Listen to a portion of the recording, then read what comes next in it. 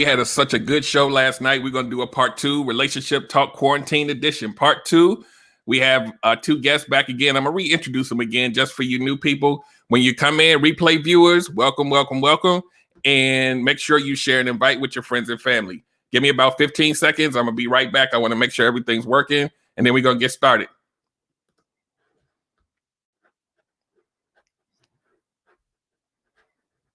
This one for the streets that taught me lessons. Hey, they told me about the grief and people out here stressing. They told me how the evils wanna keep you from progressing. It's people in your circle wanna keep you from your blessing. No talking to them people when them people come with questions. This mama say no ratting. For them, death is destined. Yeah, be careful of the people you invest in. All right, we are back. Welcome everybody. As you're coming in, I see you guys coming in. Welcome. Make sure you share and invite. We're going to have a good show tonight. We're going to talk about relationships, different things that, lessons that we've learned and things that we have yet to learn. We're going to talk about all of that. So we're going to get right into it. I'm going to pause for 3 seconds, start the podcast. I'm going to pause after the podcast is over. But tonight, we are going to engage your questions and your comments. So feel free to engage, ask questions, write down your comments. If you got a story that applies, write down your little story. Don't write a novel. Write a couple sentences. Let us know what you're talking about. And we're going to address those on the podcast live. So feel free to engage. Make sure you share and invite. And we're about to get into it. So stand by.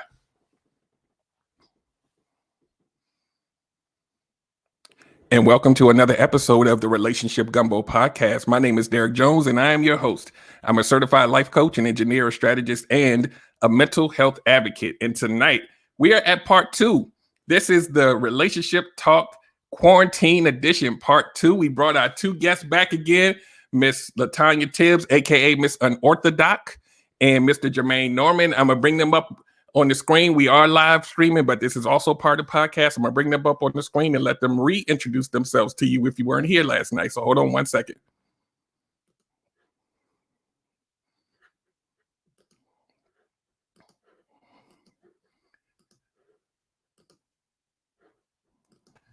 All right, we back. We gonna do ladies first again. We back. Can you guys hear me? Yep.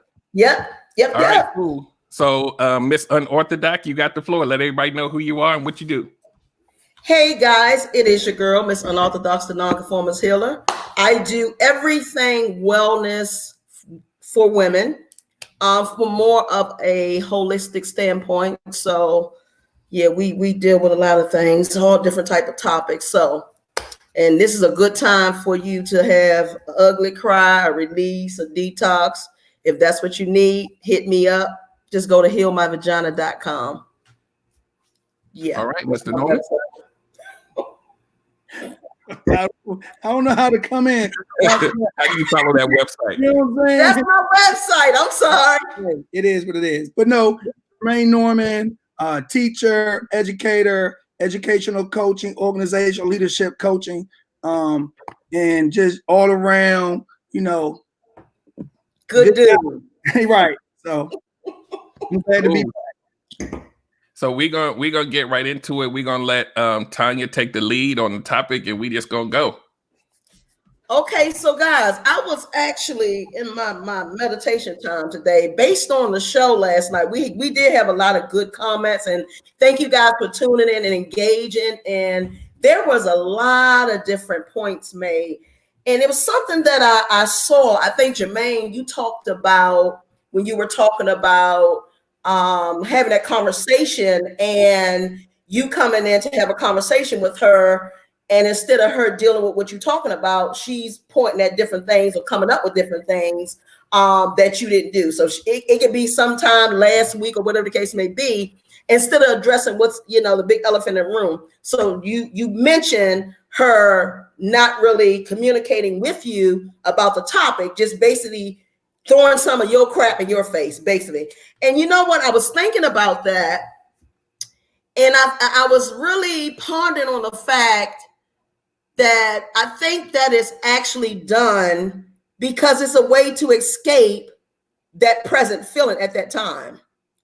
From the standpoint, and let's just get into, if you were a child that was never heard, Like you always got told, stay in the child's place, or when you was trying to get your point across, your mom shut you down or your dad shut you down, or God was leading you to say something to the adult, but then it came off as rebellion or smart. And so you go and get in a relationship, and every time an argument or uncomfortable type of situation come up, you basically convert back to that child that never was able to talk. And so you're not even in a relationship with the adult. It's like you gotta, and truth be told, you know, we all have this in some area. You gotta be honest with, okay, so was I even talking to my mate, or was I talking to my mom, or was I talking to my dad? Yep. And the sad part about it is, if you're not in tune or aware, you find yourself turning into the mother. And so now you playing mommy instead of wife, or he's playing daddy instead of husband or mate. And so I thought about something that stood out to me during my meditation time. Rewards create loyalty and trust. And ladies, I hope that y'all got y'all notebook. If you ain't doing this, I'm getting ready to hook you up. And guess what? It's going to be free. I ain't even going to send y'all invoice. But reward, get what I'm saying. Emotional, mental, spiritual reward, something that you give away, creates loyalty and trust. So that's really, you know, all about saying, okay, so instead of me running, or instead of me not trying to fight fair, how could I engage from the standpoint of them feeling like they're receiving something? Because if I'm going to give you something at a time that you're vulnerable, because Lord knows women, we intend to, you know, when they share their side with us, we don't do the right things with it. So really being mindful, okay, he had a vulnerable point. I need to be real careful what I say. But when your emotions is up here, you don't fight fair. So you want to attack. So I was just thinking about what you said last night, Jermaine, about the making the deposits. How many have y'all made any love deposits in your boo thing account today? Have you made any? I'm just asking. So what do y'all think about that? Rewards bring loyalty and trust. I'm gonna let Jermaine start. So I want to just unpack this, right? So first, I'm a hopefully I can get to all three, but I don't think when I start, I think you're gonna stop me, right? So one, you talked about the conversation we had yesterday about confrontation. So let's you're talking about confronting. It's an issue, it's a problem in the relationship. You confronting. And we've all heard this. What's wrong with being wrong, right? So many of us have this defense mechanism built in from childhood where we don't want to be wrong. We get into the blame game and not want to look at ourselves. It comes down to not. So spiritually, it's like, I don't want to be exposed. I don't want to be exposed. I don't want to be seen as inferior. I fear that moment, right? So am I not holding up my end of the relationship? So if I can defend or deflect from that moment, then I never have to deal with myself in an area of shortcoming, right? So that's like one part, right? And so then when you go into the quote that you said, right? Rewards create loyalty and trust. So this part is tricky because now I'm gonna tell you about me. My reward, my childhood, my reward was anger. That's what I became loyal to, right? So this reward can be both positive and negative. Yes, so it can. In my childhood, most of the people, the adults I was around, the reward or / tool that was used was anger. Yeah. So what happens is because you see that tool being effective, you go back to it over and over again. And now when it's time for you to graduate to another level, you want to still use that old tool on this new level, but it's not effective. And you not exactly why? Because in some areas you haven't matured, going back to what I said in level 1, because I won't look at myself, but I'm trying to go to this next level, but I'm using an inferior tool, which goes to the 3rd level, which means back to what you first said. Then when I engage you, am I really engaging you, or am I really engaging something within me? Yeah. Yes, sir. That's true. And even like just on a real quick scale, like a lot of times when I was in certain relationships, it was kind of like while you in the midst of the confrontation or the argument, it was kind of like, you know, what you said hurt me. And then it's like, oh, you ain't hurt. You playing the victim. How many times y'all heard that? Right. And I'm like, so you just diminished the fact that I say that we can still talk about right or wrong, but I just told you how I felt. And that's what I was talking about yesterday. When you consistently do that, guess what I'm not going to do in the future? Tanya got kicked. She'll be back. She probably just got to refresh. And you guys know this whole internet live streaming thing has been a little fickle because everybody's on at the same time now. So these servers aren't used to this. So she'll be back in a second. So we just gonna keep going. Like we not, we all. This is a little. I'm gonna call this the Avengers, right? Avengers assemble. We got one team member that's off. So we gonna keep going. No, but I mean, I think if you go a little deeper, right? I think we weren't taught so many things, right? Functional in terms. Welcome back. We weren't taught so many things functional in regards to, as we said yesterday, fighting fair, right? So what happens is, going back to what you said earlier, I think as a human being, we should all want to hear and be heard. Yes. But many of us have not been taught how to hear. We all focus on to be heard.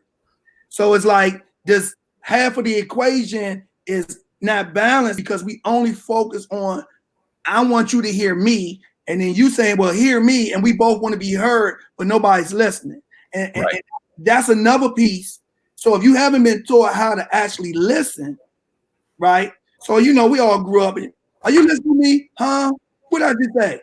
And then so it's active and passive listening, true engagement. That piece is a crucial part to, this component of making sure that your spouse or your mate, your boyfriend, whoever you're dealing with, is really heard and understood. Yes. Yeah. That is so key. That is so key. And then really going back and saying, okay, so what I hear you saying is this.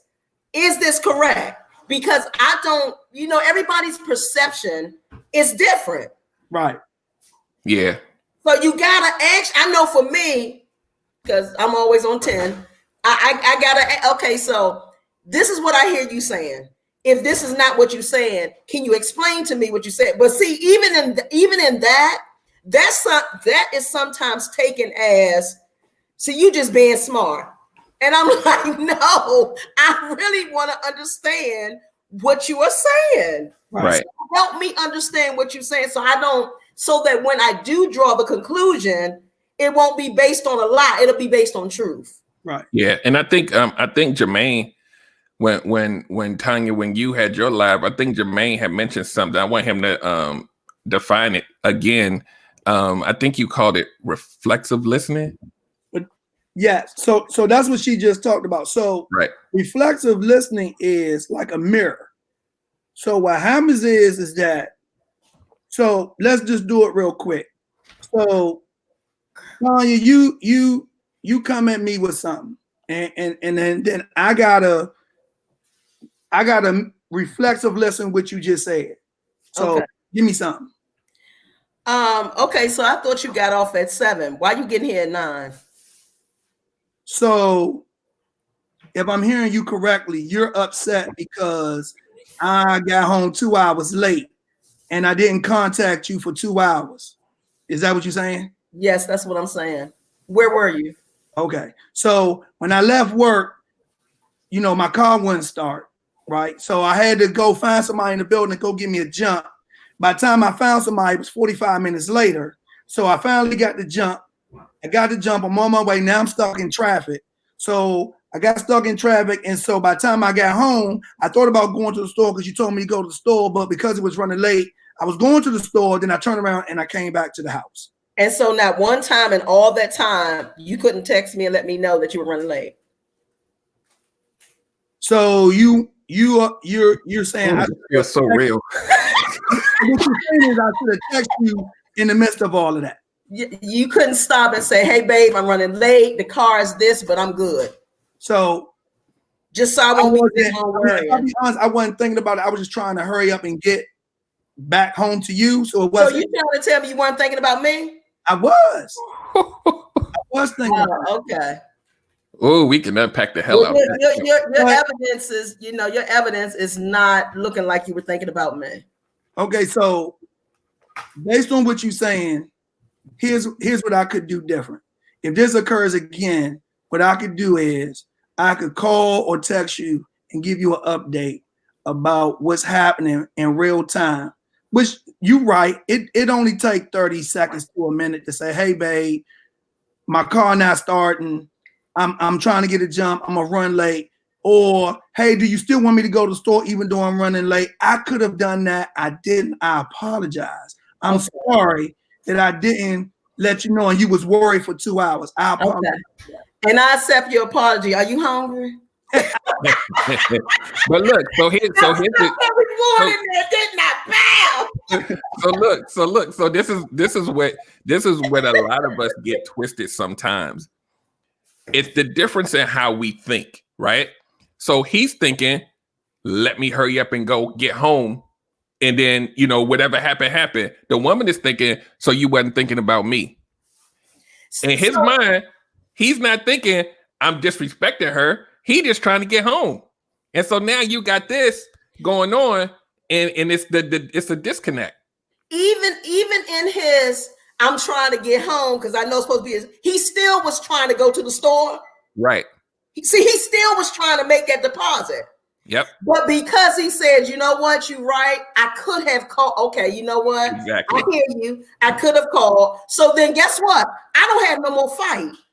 Exactly. Because he recognized that my feelings were talking. And he needed to address at that time my feelings. Now I'm good. Like, you hungry? What you want to eat? So the key part, I wish it ended like that in real life. It can, Derek. It can. I'm sorry. I'm a firm believer that it can. Well, here's the thing. The hardest part about reflective listening is you don't have a point. So the thing about reflexive listening is it's about whoever. So it's almost like this. Whoever starts the conversation has command of the conversation. So because Tanya initiated the conversation, all other issues that I got with Tanya have to be put to the side. I can't bring those up. I can only deal with the issue that she is dealing with me on right now. And I need to ask questions, make comments to ensure that she feels that I understand what she's saying to me. Yeah. So I could have got angry and said, "Girl, I had a hard day at work. What you talking about? I was dealing with this." No, it's have been like, "Didn't I say the car was messed up? Did you hear that?" So yeah. Right. That's good. The part about reflexive listening is you have to let go of your agenda for the person that you're talking to, right? Yes. And that sometimes is hard because they might not know all the other stuff that you was going through. Yeah. And I think, and I'll say this, I remember when I went to anger management and the guy, he challenged me. He said, "Do you really think that your wife waking up to piss you off? Like, I'm scheming today to piss Jermaine off." And I was like, "Well, no." He said, "But your response is as if she is." He was like, "You're not that important." then you know how to. Wow. Me? Not me. Right. But what it showed is that when people do stuff sometimes, they're actually not thinking about you. They're thinking about themselves in that moment, and it's not malicious. Yeah. When they do stuff, you feel the hurt, yeah, but they probably didn't mean to hurt you. Yeah. That's why you gotta have the conversation and get the clarity. Yes. So real quick, guys, we have a comment from Periscope from a user named Get You Some Money. And it can go to either one of you two because it was about what you just did. It says, so whether you believe it or not, you should say you're right, ? Read that again. Whether you believe it or not, basically their assumption of what you're saying is if you believe what they're saying or not, you should just say you're right anyway. Just, basically believe what they say. Just say you're right. Like, hey, babe, I had all this stuff going on and you're because you're in a relationship, you're supposed to just be like, all right, you got it. You're right. Well, that you know what? Here's what I would say. And now this is the mature side of me talking. Because back in the day, I wouldn't have done this. And I can be real about that. Here's what I would say. Is the other side of that not saying you're right worth the argument? Is it worth it? Now, if you someone that get off on being, arguing and confrontation, go right ahead with it. I need my peace. So I want to stay in that. So yeah, you know what, babe? You was right. My bad. I was wrong. I apologize. This is what I'm going to do next time. If this happened, this is what I'm going to do next time. You got to, I know everybody has heard you got to pick your battles. I'm going to tell you right now. In the discernment of whatever the situation is, you have to be honest with yourself about where you are on that level. And then it's still, it goes back to your childhood. Because some of us still trying to talk to our mother through our mate. Some of you I'm not going to lie, some of the stuff that you, and most of you need to go back and have a talk with your parents anyway, because there's an unhealthy boundary there. But at the end of the day, what you want, harmony? Do you want harmony or you want chaos? That's what I'm looking at. Okay, so if I take this, if I elevate this, where am I going to end up hurt? Like what am I going to do? So he already acknowledged what he did was wrong. He acknowledged that I was upset the fact that he did what he did. And this is what he said. The next time I'm going to do better. See, that's what I heard. So that's why I was like, what you want to eat? So, so I'm going to address two things, right? So one, the person who said, just say you right. So yes and no. And here's why I would say yes and no. Yes, if you really understand that you're wrong and you saying yes, right? I think no, because I think what happens is, and y'all said this yesterday, a lot of times we assume that our mates, or whoever we dealing with, co-workers, any relationship, we assume that they think and going to respond exactly like we do. Exactly. Right? So what happens is in the confrontation is this opportunity to learn a different perspective from the person you're in a relationship with. So us going back and forth doesn't always have to be contentious, but right, when she said you couldn't contact me, right? And this again was a scenario, but I've been in those moments where I've been so singularly focused on the task, I didn't communicate. I didn't understand the worry that she may have had because she knows I'm normally home at a certain time and I arrive, and now she may be calling me and I'm not answering the phone. So now you teach me something that maybe I wasn't aware of through that conversation. Right? Now I got people on my other device chiming in. Danielle said, well, what about repeat offenders? And like that's a whole nother. Yeah, I was gonna talk about that. Okay, go ahead. You go ahead, take the lead on that. I was Danielle know I was listening. So the other perspective for this, and where a lot of relationships fall is, and I talked about this yesterday too, about the stacking of the negative emotions over time. If you do not have an active, open communication with your partner, the exchange that they had would never happen, because Jermaine could have been like, why you asking me about that? What you accusing me of? Because it feels like something else y'all went through that was unresolved. And so now it feels like an attack, even though she might have just been worried. And now when you get defensive with her, now she got to fight you back. And now then nobody wins, because you didn't spend the time to alleviate some of that other pressure. Nobody's perfect. It's probably always going to be something there, but at least the respect level is there because we already handled this stuff. So when he doesn't come home, you're not assuming, well, maybe he might be doing something he's not supposed to do, because y'all already had these conversations and you got to a place of peace and calm.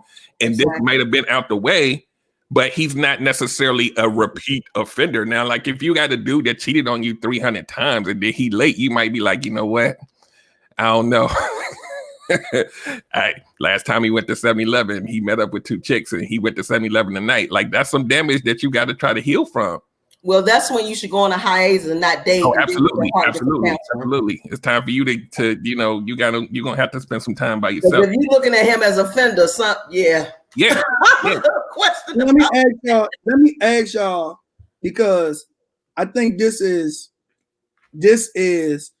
another elephant in the room, so to speak. Okay. How do we deal with, as Danielle said, repeat offenders? How do you deal with a situation where you feel like you have clearly communicated something that's going on in a relationship, and the other person say, yeah, you're right, I should switch up, but they're not switching up? You want? Go ahead, get it in. Woo, God. Get him. Look, I got hot. No, all jokes aside, here's my answer to that. If something is repeating itself and you give the same response, he or she, they don't have to change. You know why? Because there's no consequence. The same thing he or she gonna say, well, she went off the last time, I just deal with her going off. So when do you set boundaries and say, you know what? I'm not going to deal with that. If this go down again, I'm out. And follow through. Now don't say I'm out, take one bag of your mother's house, and as soon as he called, you going back. No. And be honest with yourself about some things you just can't allow to continue to happen. Like, come on. Okay, prime example. Let me just give a scenario. Especially if he's tipping out. Let's say, for instance, he's cheating or he has cheated and there was a possible STD scare. Okay? And you forgave him because you want to work this thing out. Okay. And then he happened to fall into something again, because y'all tend to fall into something. He intends to fall into something again. If you keep accepting it, he don't have no grounds to change. He showed you, or she have showed you, who they are. Now, if you want to accept that, then you go right ahead. I mean, come on. They're used to your routine. They're used to you responding like that. So it's like, yeah, she just crying wolf. She'll get over it. Let me go buy something to eat. So be real with yourself about what it is. If you don't think you deserve better, then stay with him or her. But you give them the option to, but here's another thing. People going to treat you like you treat yourself. I'm going to go ahead and sip on that one. Because I did a show a long time ago called Addicted to Dysfunction. Right. Where the dysfunction becomes the new normal. And you so numb to it that you allow the behavior to happen and you convince yourself that you're okay with it. And once again, I always bring up the kids. They looking at your behavior and they're patterning themselves after how you're reacting in this situation, because it's not like they don't feel it. They feel when you pissed off. They feel when you mad. They feel when you just came off of an argument, and they know. And it's like, and sometimes it takes us years and decades to really get it. But when you sit in that every day, and I always slow down and emphasize this, for the rest of your life. Like, we're not here forever. Hells to You the gotta no. live in that dysfunction that you made comfortable for the rest of your life. If you married or whatever, you in a long-term relationship, that's a lot for you to bear every day. I always finish it up with, and when you do become that person and it's not you, who are you? Woo! Who are you? Yeah. Let me ask you this, because same scenario, and I want to dial your scenario down slightly. Here's what I mean. So what Derek just said is you're functional, dysfunctional, right? So you functioning in dysfunction, right? So I think everybody who listening may have or have. So example, to me, relationships it's not just romantic. It could be work relationships. It could be,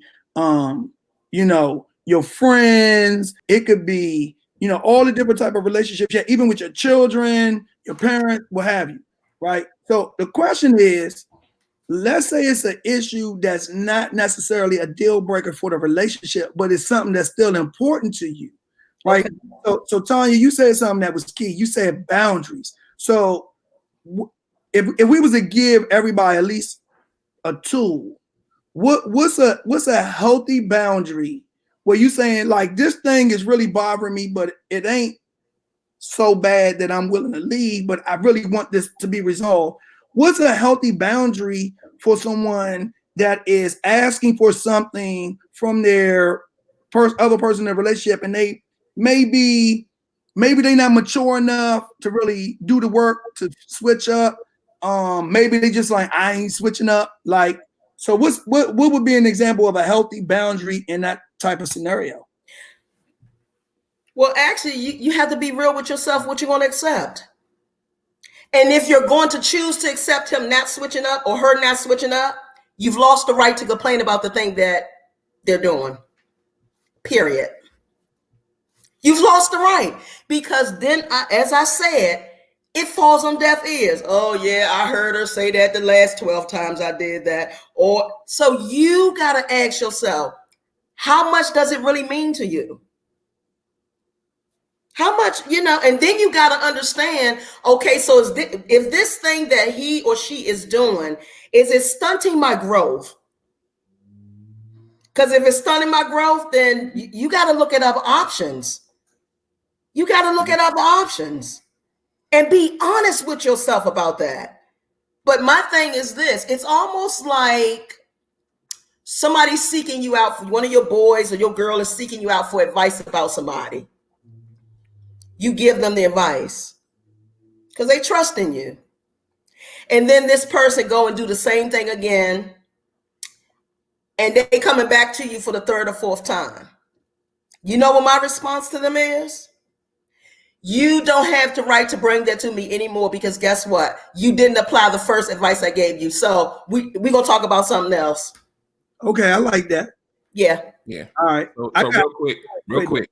We're gonna, because I said I was gonna talk about the comments this time around. Okay, yeah. I know I normally don't, but we're gonna do this because we love our audience and our engagers here. So Tanya Brunson, go Wildcats. Wildcats. You're too old for games. Say what you want out of a partnership. If it's accepted by the other, then great. If not, don't try to change that person. Move on. So yes, that sounds great, but once you win a year, 3, 5, 8 years, it might not be as easy just to walk away at that point. Because a lot of people, if they honest, they not being upfront. But you know what I noticed? Yeah, I'm just being. I'm gonna go ahead and use this. I'm gonna use this scenario because it has happened with me and two of my clients who were actually they were married, and both of them dealing with the same thing, cheating. And the last draw for both of them was that he brought a nice little report home, diagnosed from the hospital. And both of them were affected. So do you know what both of them did? They packed. So when I hear when I hear you say you've been in it for this year, this many years, whatever the case may be, do you have boundaries for yourself? Do you care a lot about yourself to say, you know what? Because Derek, you said something that was so key. This your life. Yeah. And he or she don't respect you enough that they're gonna put you in the same situation again. Now we ain't gonna talk about the first time, because the first time was messed up. Let's just be honest. But at the end of the day, do you love yourself enough to say, you know what? Because we all on borrowed time. And I don't have any time to waste on nothing that's not going up forward. I'm just not going to do it.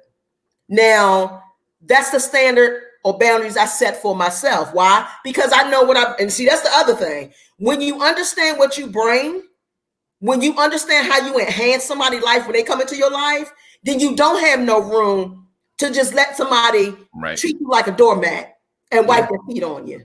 Yeah. You got to know what you're worth. Yep. I always say love you more. You know, I think sometimes we get so caught up in, we think we got tomorrow, next week, next month. No, you got right now. It's only 8:36. We don't even have to 10 o'clock because we don't know.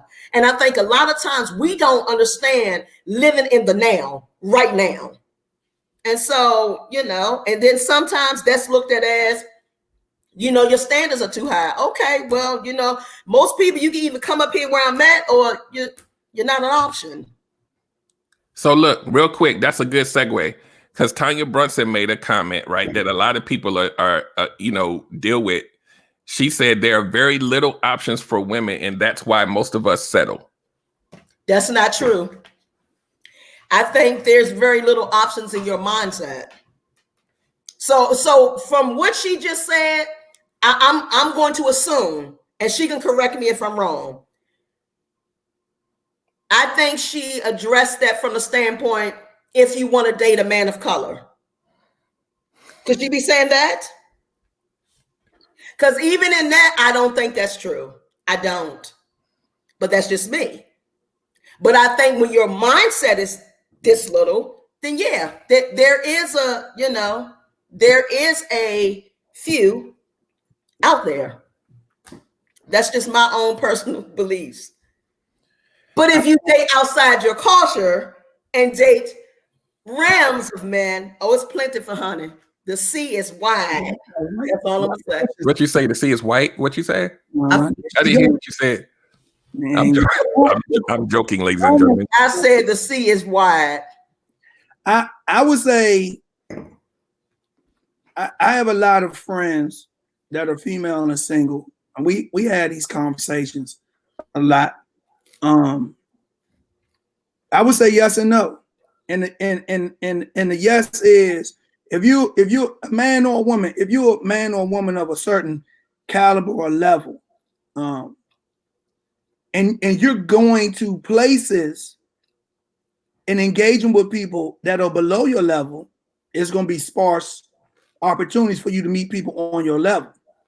So if you are engaging with people on that level, then I think there's more opportunity there. But at the same time, it's going to be more expectation. See, two quality people are going to have quality expectations. Mm-hmm. So I think I got to change my environments and get around more quality people to give me more opportunities to meet the type of people that I may be interested in. But if I'm going to the local bar and there's some knuckleheads in there, then all I'm going to keep saying is knuckleheads. Yeah, unfortunately, because, you know, we hear this a lot about, and granted, the numbers are skewed depending on where you are. Just statistically, there's more women than men, right? But at the end of the day, sometimes you gotta leave your street in your county, in your state, and get. Unfortunately, because it's like this, we would love to meet our soulmate in our state, right? But you've been fishing in that pond for 20 years. He might not be in that state. It's boring. That's so boring. It might I'm be sorry. maybe somewhere else, and it's unfortunate, but 'cause, Yeah. people want to be accessible and all that. But if you sitting at home in the But closet you know crying what, about, Derek? I'm gonna piggyback on what both of y'all said. What Jermaine said. You basically said change your rock. Here's what I'm gonna say, even to that. Why don't you go to some land that you're unfamiliar with that's gonna cause you to grow? How about that? How about you coming up to something that you're not familiar with? True. Which means there's growth that has to, take place. Because of course, in that arena, they're gonna be speaking language that you have no clue about. Like sitting around 9 billionaires. You like, oh, so that's what they talk about. Okay. But then it opens your mind up to another whole realm that you never even knew that was available to you. And so I think go ahead. What I'm hearing in that is, like on my job, sometimes your boss or someone on another level may say, hey, come to this thing with me. And you like, I don't want to go to that. Oh, that's uncomfortable. Yeah. So yes. Guilty. Exactly. Those are those moments when you get exposed to people on other levels and then your world open up, right? And I think that's part of it too. Like, we are comfortable and we have a pattern and routine. And when you are not getting the results that you want, then you have to examine everything about your routine if you really saying you want something different. So example, I read this great book called Ideal Team Player. And it's actually a leadership book and it's talking about hiring. But I think a lot of people, when we talking about getting married, long-term relationships, I don't think they understand that that's like a hiring process. Do you even know what you want for your team? So for Tanya, you know what I'm saying, for Team Brunson, like what do you really need? And then, so example, people lie in the interview. So how can I craft questions that quickly show me who you are? Slow clap. Right? Yeah. Quickly, so I ain't wasting my time, right? So certain things make people fall off when we engage each other, right? Exactly. Like Eartha Kitt, I seen a quote from Eartha Kitt, and she said, a lot of men wanted to get with me, but they just wanted to lay me down, but none of them wanted to raise me up. And I think that's a profound statement. You get what I'm saying? So it's like when you bringing somebody onto your team, like what do you need and what do you want? Like, what are these things? And then are you communicating that while you having a drink? This is what I'm looking for, and this is what I need. And if this, like Tanya said earlier, I'm gonna be straight up with you. Yeah. People gonna fall over. Oh yeah, I ain't messing with it. Yeah. So real quick, guys, Tanya Brunson says, I'm just trying to get back into dating after years of just focusing on my kids. I am lost. Men are way different than they were 15 years ago. I'm gonna let Tanya handle that. Tanya probably got a course for you. I do. I do. Because guess what? I'm just going to be brutally honest with her. Your needs are different. You can't use the same tools back. Your needs are different. And then Jermaine said a key thing. Know what you want. Know what you want. I get that the game is different, but guess what? We still attract to us what we are. You got to look at your mate as a team player. Would you really have him on your team? Would you have him on your team? If certain things go down, would he hold your back? Would he be able to take the baton and go forth? See, a lot of us, first of all, we don't even accept that we deserve a certain thing on a certain level.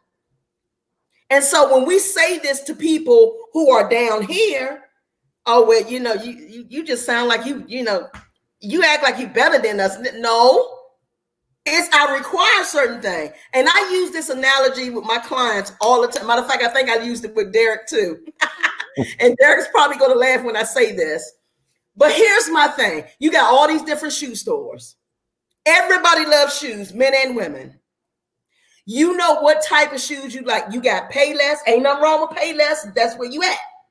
But then you got Jimmy Choo, or you got Louis Vuitton red bottoms. You got to find out, where do I want to shop for my shoes? I like Jimmy Choo and red bottoms. I'm not down on the person who like Payless, but don't expect me to come from that level down to there. I'm going to go to that area and I'm going to stay up there, and I'm going to pretty much fellowship with those who are on that same level. Point blank. Find out and be clear about what you want. We as women, 1 minute we want to be in a relationship, 1 minute we just want this, and 1 minute. Be honest with yourself about what you want. Because I'm going to tell you right now, whether you're honest or not, you're going to attract to you what you are.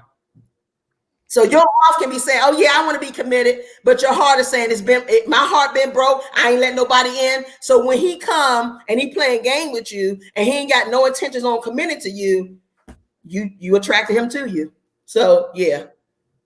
So I can. Of course, I'm not a female, but I was married for 12. I forgot how long it was, but I was married over 12, 13 years. And when I got divorced and got back out there, it was like, I was like, oh my God, what is going on? Like, what is this? And if I be honest, the biggest difference for me as a male was the females were way more aggressive and forthright with what they wanted than back in the day. So it kind of threw me back because I wasn't really used to women like coming up to you saying stuff, and I'm like, is this what you like? Is this what's going on now? And so I would say on the other side, I think some men, because women have become more aggressive, it's made men more lazy and feel like they don't have to. Oh, okay. It made us more lazy, and so we don't have to have as much game to pursue women. So there's still women who say, like, I want you to pursue me, but it's so many women who are aggressive that some men like, I ain't even got to chase that one over there because it's these 3 hungry ones over here. I can just go in and eat over here. And that is a messed up scenario for women of character because, it is less men in that scenario. And so somebody posted on mine, I'm just going to jump in. They was like, what about online dating? What do y'all think about that?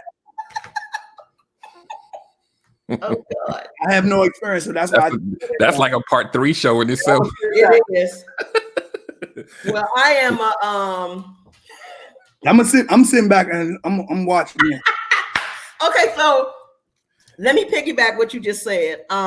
You're absolutely right when you said that the men say, well, I ain't really gotta, do all this for this one, because there's 3 over here that I can eat from that. Yeah, and most likely when they eat from that, that's food poison. That's cool. That ain't gonna last long. So if that's the table you eat from, that'll be the poison food. Now, when he ready for a real meal, that's fine and wine and dine, then he'll grow up. But anyway, so here's what I would say about online dating. Whether people realize this or not, because people are crafty with words, pictures speak. Pictures speak. You can look at somebody's picture and tell a lot about them. And you know what else, Tanya, real quick? I don't want to steal your little point there, but no, you must go ahead. People are crafty with words, but them words ain't really that crafty. Well, not by and large. Because I'm a proponent of people's words betraying them. There's some good ones out there, but most of them ain't that. They not that smart. Let me say this. Let me rephrase it. Men are crafty with words, but there's a lot of naive women. Yes, so I agree. When I said that, I agree. It from that standpoint, let me tell y'all something.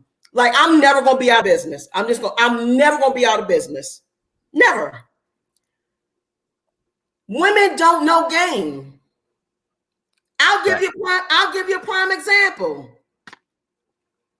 How did he approach you? Because based on how he approached you is how it's gonna end. But a lot of women are so they're so needy when it comes to attention. Yep. That I give it 30, and I done seen it play out because I work with single women on a regular. Within 30 days, he done got her car key, he done moved in, and she ain't require nothing.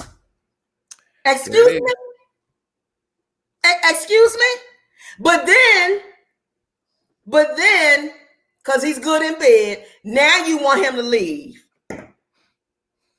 Really? So when I say men are crafty with words, and you got some slickers as women too. We can do our things. We need it to. I mean, that's just too much work to be going for anybody. But a lot of women don't know game. And ladies, just because a brother say you look nice today, your hair look good, don't mean he wants you. He just gave you a compliment. Some of us ain't had a compliment from daddy. That one man give us a compliment and we got him at the podium. We already married him. And that's why it's easy for him to hit it. All right, let's all right, since you called it out, let's call it out. All right. This where most females get jammed up with the game. Uh-huh. Most dudes just try and hit, but they know that most females want a long-term relationship. Uh-huh. So what happens is that the game becomes the wordplay on that I'm trying to be in a relationship, but I haven't found the right person. And then now the initial conversations, it's oh my God, you so different. And so, you know, one of the things our parents used to always say, time reveals all things, right? So at 30, that's what happens. Like, I think going back to the fairy tale aspect of Hollywood and relationships, we see these movies and we think that that's what we're supposed to have, and we want what we see on TV movies to happen for us. And so when you start to see those things, a lot of people fall hard. And when you fall hard, and then let's just be real, as a man, I fell hard. I think females fall hard. I think everybody at some point has fell hard because the narrative or the story in our head about relationships looked like it was playing out before our very eyes, and then you jumped in feet first, but you didn't pay attention to all the red flags, right? That's the game. Is when people, to me, perpetrate that they trying to do something that they really not.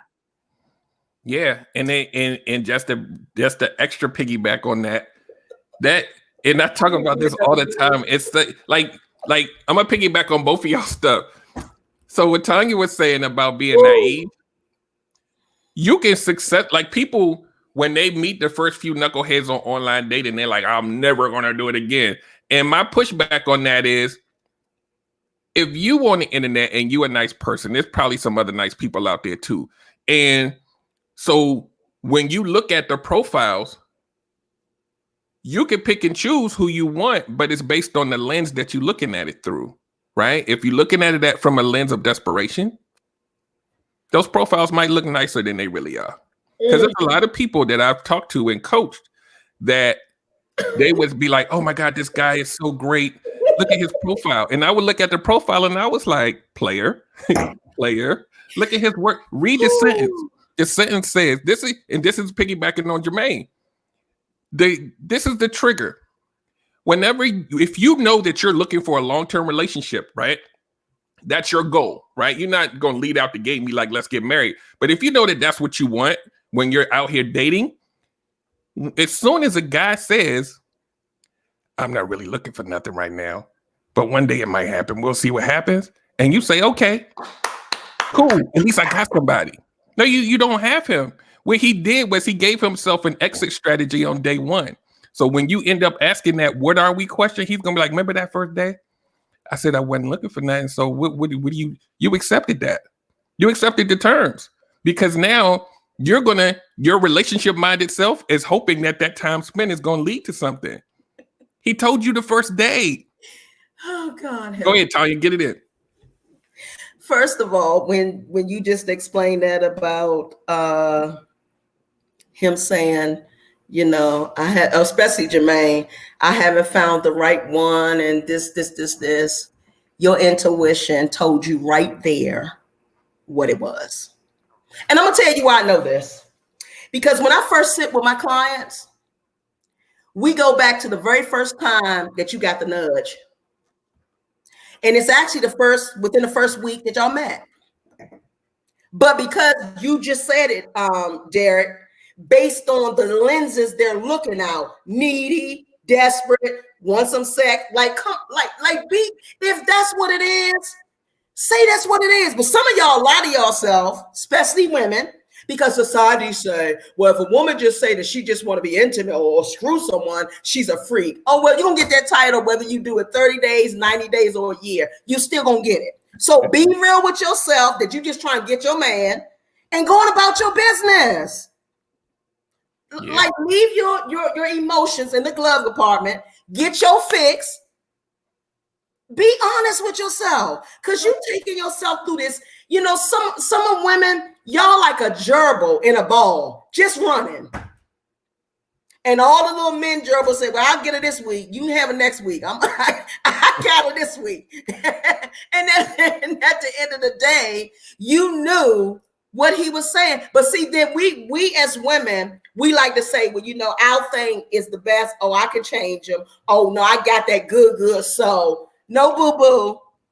You are someone who he's going to conquer, and he'll be like next. He's going to stuff you in that little folder, and he's going to be on his way.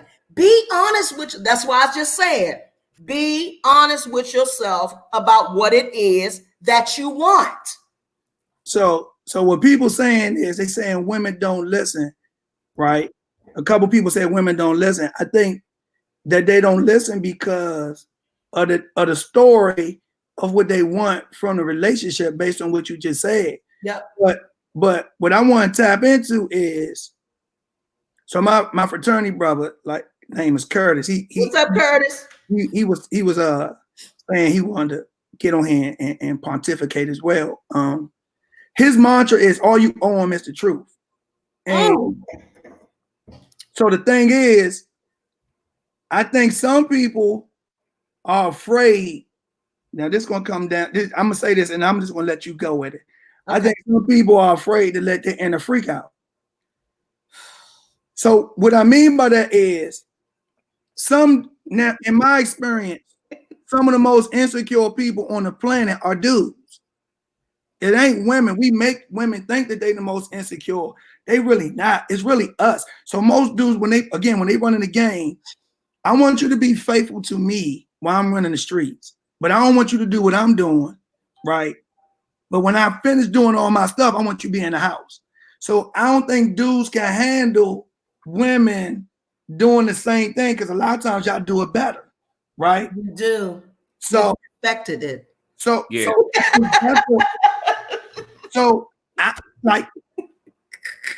I think a dude would be, I don't know if every dude can handle saying, hey, I want to see you and other people too. The female might be like, all right.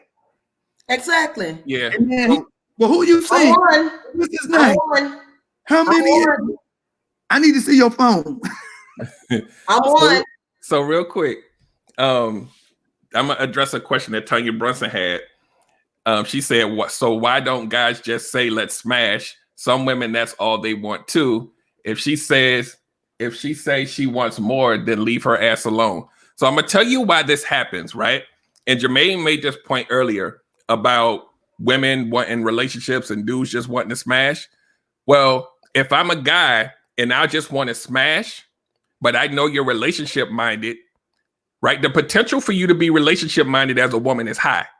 So my bets are, out of 10 women, maybe 7, 8 of them might want a relationship. I'm not leading with the let's smash. That's not how I'm going to smash. I'm going to smash by pretending that I want what you want so I can come in from the side.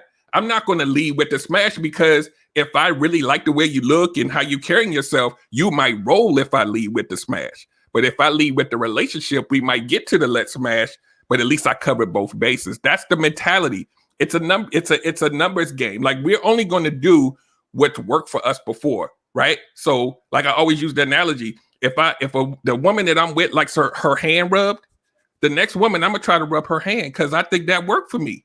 So if leading with the relationship then make me smash 20 times in a row, guess what I'm gonna do when I meet you? The odds are in my favor. There are women out there that just want to smash, but what are the odds of you meeting her just on a regular day? You're gonna meet the woman that may want a relationship more than you're gonna meet the woman that want to smash. That's how we think. Okay. So and most people, so I'm gonna just no, and this is something we said that we were going to talk about. Okay. My whole life, my whole relational background from growing up, I see it's a lot. Like I just saw Aisha say something about, what y'all just said, right? And so my whole relational construct was based on line growing up, in my teens and in my early 20s. And so switching to telling the truth was a different, it was just different because so much of the game was about not being completely honest about who you were, where you was at, and what you wanted, right? But when you get to that place, there's a lot less stress because you ain't got to remember 19,000 lies. Okay. I'm going to piggyback off both of y'all. But both of y'all can agree with me and say, majority of the lies got you exactly what you wanted, right? Facts. Would Absolute you agree, fact. Jermaine? Say it again. Would you agree? Majority of the lies you told got you exactly what you wanted. Well, that goes back to your quote about the rewards. Yeah. And loyalty. Okay. So here's the thing. Women, I don't know why and it's so funny because every time I hear this, I think about Deron doing the boyfriend girlfriend thing. That's another whole topic. But we give him everything, Mm-hmm. and we call it getting to know each other. Why you gotta know everything? You don't save nothing. And so what he do, I call them game chips. He takes those game chips and he store them. And he pulls them out when he really want to get something. So he become the thing that you say you want for the time being. Now, women, the reason why they do all of that dreamy stuff in the beginning, because if he told you when he first got your number that first day that all he wanted to do was smash, then that conversation or whatever that would be wouldn't go nowhere. So stop lying and saying that we want men to tell us right off the front that they want to smash us. You know it. We lie to ourselves so much. First of all, we as women, we know we look at a guy, we know we want to sleep with him. So if we would just be honest with ourselves, we know before he even approaches us. Because it goes a little something like this. Wow, I bet he is really good in bed. But see, a lot of us, we just lie to ourselves and act like, no, I'm saved. I'm just trying to do this thing right. Whatever. Stop. You already know what the game is. And then you get little nudges. It's certain things that he say that comes back up into in your mind, or you sleep on it, you dream about it, and then you wake up and you still go totally against the truth, which is that intuition that already told you how it's gonna play out. So then when it play out, now you want to go get some Ben & Jerry's ice cream with your girlfriend because what you knew to be true the 30 days before, you decide to go against it. Go with your first gut. It's never gonna steer you wrong. Go with it. And real quick, so the other side of this, of what I'm talking about, and what Michelle Ford says is the bait and switch. So you remember when I talked about when the guy says, "I don't really want anything, but I just, we'll see what happens." It's like that false hope. But what happens is that I don't really want anything guy gives you girlfriend feels. He want girlfriend time. He gonna treat you like a girlfriend because he know ultimately underneath all of that, that's really what you want. So now you got the reward. That reward bought loyalty. So now you not dating no other dude. You sleeping with him and you not sleeping with nobody else. But remember, he said he didn't want anything, so he get to do what he want. He just tricked you into loyalty by making you feel like a girlfriend. And I did a show called Wifey Duty's Girlfriend Title. You're giving him he coming from the club 2 a.m. You like, you want a steak and cheese and soda? Okay, cool. And he like, cool, I got her. And now it's 6 months later, a year later, and you like, so what are we doing? Like, you already knew what it was. You gave that the cow and the milk thing. I don't even know that whole thing. You gave the world because you needed that relationship. So he didn't even give you a title or relationship. He just gave you the girlfriend feel, just a little bit, just enough for you to be like, you know what, I'm not gonna mess with nobody else. I'm gonna just stay here. Got you. So I just want to say, man, I got a lot of my blue and white family on here. Yeah, they chiming in hard. Dumasami chiming in. Shannon, Ryan, they chiming in hard. They like let me get on this thing. I'm gonna give y'all some. Tell y'all this stuff. So we might have to get them on here and let them give you their perspective. So look, Jermaine, we can do a couple of them if you want. The only thing you got to do on your end is send them that link. That same link I sent you, send it to them, and then they can come right in. All right. We got room for, let's see. We got room for 3. So how I do it? The link I sent you, IM it to them. Like if they're your friends, IM it to them or put it in something where they can click on it. All right, let me see if I can get. Hold on, I gotta get out of here. If I do that, I'm doing a watch party. Okay, you can do it. Are they watching it on my page? You can't do it. You're gonna blank out if you do. Yeah, you're going. Yeah, I don't know. Let me. I don't know. Or maybe we can do another one. I don't know. Yeah. The thing that. Can you just say what they were saying? Can you share? Say their comments. So like I think one of the posts, Dumasami was just talking about. When I was looking at it, he was talking about women needing to know their worth, right? That's one of the things I saw. He said something about that. Shannon was just talking about, let me scroll up. She said something about him doing all that kind of what you was talking about, Derek, with no titles. And I just think I'll say it this way. What I'm saying from them is there's a plethora or spectrum in this relationship thing where maybe it's not the exact examples that we're using here, but it may be slightly different, right? Because like you said, a lot of us in our 40s now, so the game is, so some of that stuff was what we was doing in our 20s, but for some people, they still doing stuff in their 20s and their 40s. But for some of us, it's slightly different now based on us being a little older. But I think some of the principles still apply, if that makes sense, right? I think the ultimate thing is this, like yesterday, I think the key word was communication. Mm-hmm. I think today's word is truth.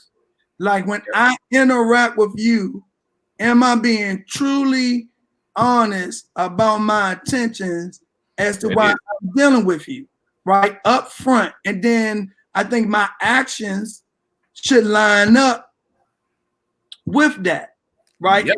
It like she just said, if it's not, then that's a red flag, right? So I just think that becomes the honestly, we rush. A lot of us, we're rushing, right? We're rushing. We want to hurry up and have that relationship. And it takes time. It's a process. And it's not something, right? We see love at first sight. We see certain people hook up in a short amount of time. And that may be the exception and not the rule. But I think spending time, you know what I'm saying? Spending that time, really getting to know a person and then figuring out if that's something you want to do with them long term. You're not going to figure it out in a month or two. It takes time. Get it in, Tanya. I see your face. Woo! Well, Jermaine, you made a good point when you basically said that's what we were doing in our 20s or whatever case may be. I think the need of what we basically yearn for, a desire, becomes a different focus. Basically, what I mean by that is, you said we're in our 40s now, and I personally think that you know your worth. So you're not even going to spend time on some of the simple stuff that you used to spend time on when you were in your 20s. Even though we got a lot of old fools, don't get me wrong. But at the end of the day, when you know what you're worth, anybody that's lower than that should not even be able to get your attention. You right. Just saying. And if they do, then that means you looked in the rearview mirror and turned around. So whatever the outcome of that is, you accepted it. Yeah. So play on the level that you desire. And the whole, just the whole relationship thing. Ladies, take his number. Why you always gotta take his damn number? And don't be in a hurry to call him.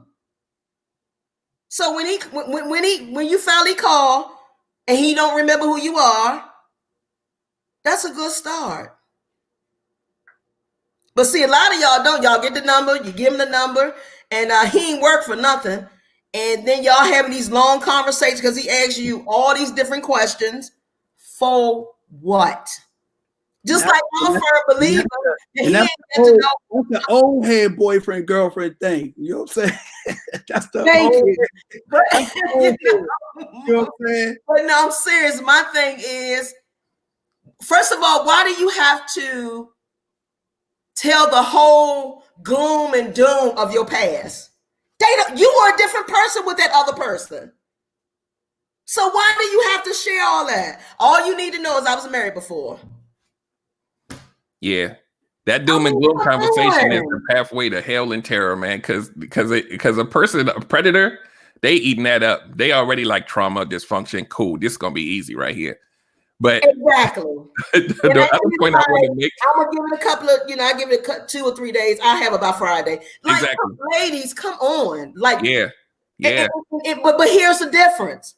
A lot of women that flow like that in that cycle, because it is a cycle, a lot of them have major daddy issues. That's the first thing. The second thing is they're actually answering to society. Well, society told me I need to be married by 30. Society told me I need to have the kids then. Society, like, why are you got to find out what works for you. What works for you? Yeah. And be okay with what works for you.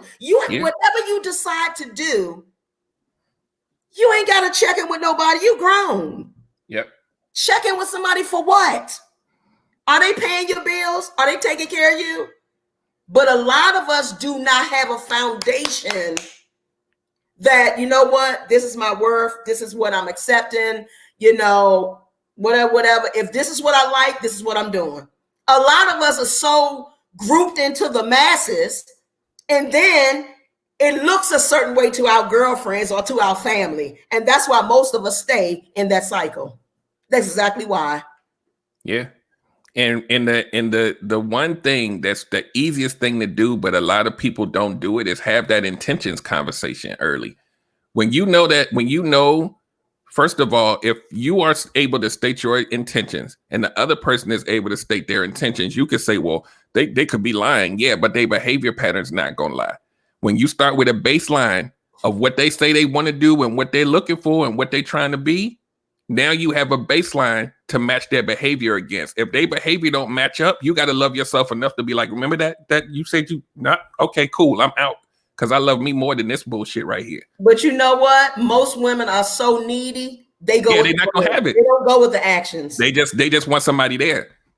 They don't care what the intentions are. But look, don't get it twisted. And so, like, I'll say this to some of the comments. The comments ain't specific to this one scenario, right? It could be a slow play, right? Yeah. So the slow play is we 40, like Aisha got on me, 47, right? So it could be a slow play. Like it may take a couple months. It's going to be the same thing whether it's fast or slow. Of course. It is the scenario, how you apply it, I think is what we're talking about. Like understanding like that level of honesty, right? In the interaction. Like Shannon just said, some people are so desperate for someone, they allow certain things because they just want to be in a relationship, right? That's that narrative, that's that lie, right? That will make you not see the things and deal with the things that maybe you need to deal with because you don't want to be by yourself. And then that's a whole nother issue. Why don't you want to be by yourself? What's going on that you're not comfortable being with yourself and centering yourself? Because that's the ticket to actually being with someone else. Yes, it is. Right. And if you don't have it, you shouldn't be trying to get connected to nobody else. Yeah. Connect with you. And Tanya Bronson says real quick, they talk for 2 hours about their exes and childhoods and disappointments in their lives too. Is it a red flag when they talk too much too? It's a red flag when you attract those type of people. Wow, that was simple. Because you're not going to sit down and talk with them if you're not attracting them. And something in you that keeps drawing that type of man or woman to you. There it is. How do you know that you're on a certain level? Look at the type of people that enter into your life. Your results, it's going to tell you what's at hand. Yeah. And what I always try to tell people, the analogy I use is, we're talking about predators, right? Let's say this person is a predator, right? Their intentions aren't honorable, right? A lion isn't going to go attack a prey that's not appetizing to it, right? They're only going to go for something that they know that they can conquer. And they can know that real early just by the things you talk about. That thing that Tanya just talked about, they talking 2 hours about their exes. I'm pretty sure that conversation is all about how bad the exes were and woe is me. That's a play to connect to what most men know about most women. You've been hurt by a dude before? Me too. I've been hurt before too. You know, my childhood and all this stuff. When they get that connectivity, the nurturing side of you wants to care about them more. Gotcha. That's a job. I'm sorry. You should be sending him a damn invoice. You just became his damn counselor. I'm sorry. If that's what you're talking about on your first conversation, and that's what your getting to know you session is about, is the doom and gloom, red flag. Give me your email address because I'm sending you an invoice. Period. I'm just joking. So the thing is, like, men are needy, women are needy, but those needs come out in different ways. Yep. I think the way I would answer Tanya is simply this. Derek said this earlier. Your words you can't hide behind your words, but for so long, the true you gonna come out. Right. And so if I'm so focused on my past, that means I ain't looking to the future. So what we gonna build together? Because I'm still looking back. And maybe you gonna be this pacifier for me while I go through my therapy.